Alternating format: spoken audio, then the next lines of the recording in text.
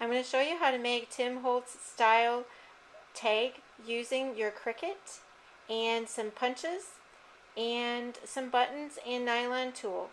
Alright, I'm going to show you the supplies.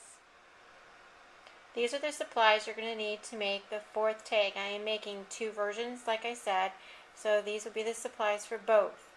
You will need one tag, and you will need one snowman for the first tag. For the second tag, if you're going to do a digital image or a die cut separate, you will need two tags. You'll need one that has the music notes behind it. And if you go to my blog, I have a link where you can get your free vintage paper. And then you will also need another tag.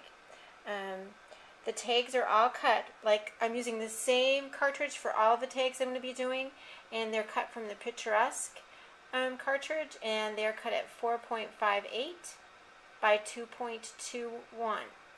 The snowman was cut from a heavy white cardstock, and it was cut at 3.33 by 3.47. And then what I did is I put the 25 down in the middle of his belly. Oh, and it was also the blackout version of the snowman. And then I went into another cartridge, which was George in Basic Shapes, and that's where the 25 came from, and it was cut at 1 inch. And all I did was I put it inside of the outline of the snowman and cut it that way. So the next thing that you need will be this Distress crackle paint, and you're going to want to coat your snowman, and you're going to want to let that set till it cracks really well. And I'll show you what we do next after that gets cracked. Okay, so I went ahead and punched a music note sheet paper circle behind, and so that is filling in the 2 and the 5. And then because I cut the extra tag of the music notes, it just fits behind this 25 on this tag.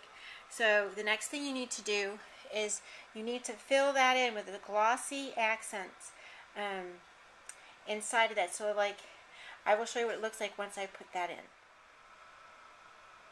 Okay, so I just filled that in with the glossy accents. It just needs to dry, and I did that for both. I don't know if you can see that or not in the picture, but it has a little bit of a shine to it, and it's a little bit raised, so it's really kind of awesome.